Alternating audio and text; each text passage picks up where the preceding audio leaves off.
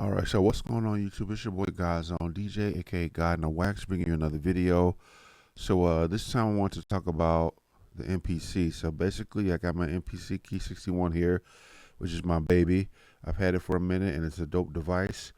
But Akai, a couple of months ago, sent out emails to all Akai users, registered Akai users, with the InMusic site, saying that they were releasing the MPC 3.0 beta software for the standalone MPCs. Everybody got stoked and hyped about that, and then we didn't hear anything about it. And basically, they released it to the YouTube influencers, the different names you see, showing the NPC and showing how to make beats and showing little tips and tutorials. They released it to them, but the rest of us got left out in the cold, and people were pretty upset about that. So, we were like, if the software is stable enough for you to release it to them and they're able to make music on it, how come you can't just release it to us and let us report bugs and things like that? So Akai finally listened, or they got the software up to a level they were happy with, and they released it to the general users, and it's been dope. So basically, I haven't made a new beat on the new MPC 3.0 software yet. I've only, like, this beat I got on here now is one that I already was working on in version 2.15 in the standalone, and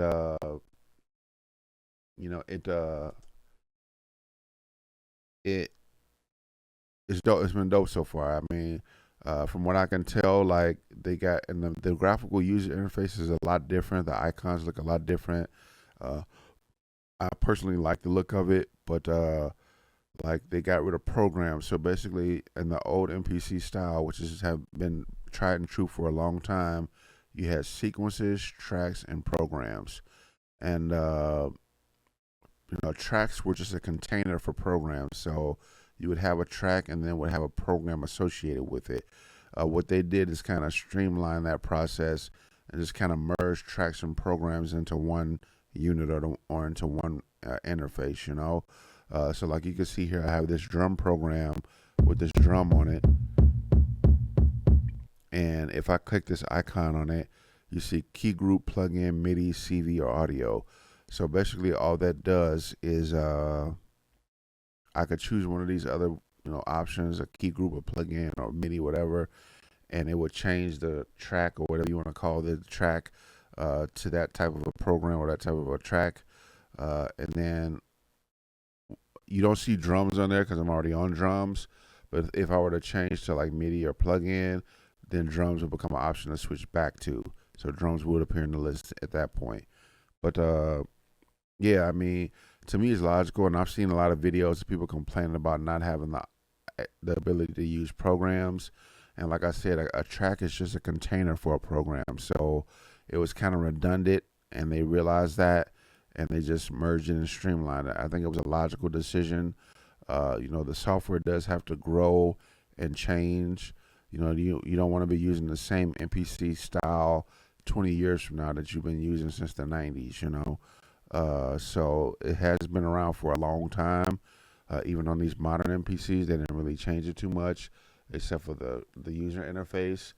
But this is the things they've done with this MPC3 software so far are logical growth steps. They're growing the software and evolving it, so to speak. So the next thing that you will see on here is the arrangement. So the arrangement is here, but if you go to grid, when you first go to grid, it takes you to the grid, which you're used to seeing, in the MPC software. But on the top left, you have arrange, and this is an area where you get a more DAW-like experience.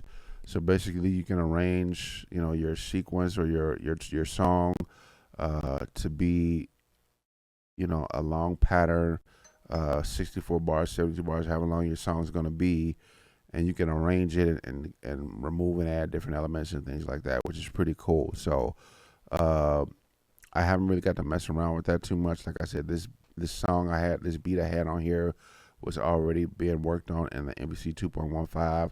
I just kind of need to finish it off. I'll probably do that this weekend, and then I'll make a new beat, start a new song, and try that out and get to see what it's like to work with this MPC3 from scratch. But so far, I like it a lot. The menu looks a little bit different. Like you can take like these different things and you can, you know, move things around. But a lot of the stuff looks the same, like sampler. Things are pretty much in the same space or the same spot or look very similar.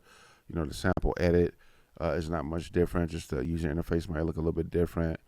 It has stems, of course, which was released in 2.15, but it's a lot more powerful. And one thing I did report to Akai, and please make sure you're reporting your bugs. Any bugs you find, you should be reporting it so that they can fix it in the final version. You know, this is a beta, and a beta means not complete or not finished. So, you know, you want to report those bugs and get them out there so Akai can work on them and get them fixed.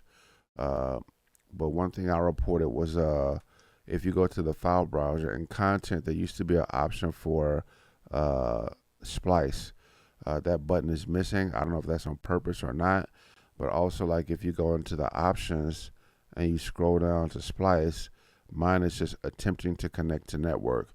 And I know the Wi-Fi works, and I've even tried to connect it in the MPC Key 61 via a hardwired Ethernet cable, which you can see that blue cable up here. That's an Ethernet cable, so it's plugged in. I know it's working. So, but beyond that, I haven't reported any of the bugs too much. Like I said, I'll work on a beat this weekend from scratch using the MPC3 software. And any bugs or issues I find, I'll report them. I'll leave a link in the description to the Akai bug report page just so you can have it. You can bookmark it, and you can go there and report anything you find with it. But the more bugs you report, the more tight the software will be when it's finally the final version is released. You know, the gold version is released. So definitely do that and help out the next man because the bug you find today, if you don't report it, the next guy when the final version is released might find that bug. And if you had just reported it and the guy could have worked on it and fixed it, he wouldn't have to experience that. So anyway, that's it for the video. I definitely like the MPC 3.0 software. If you decide to put it on your MPC, just understand that it is a beta and that you're doing your duty as an Akai user, as an MPC head, to report bugs and help the software be the best version it can be. Anyway, that's it for the video. Have a good one. Peace out.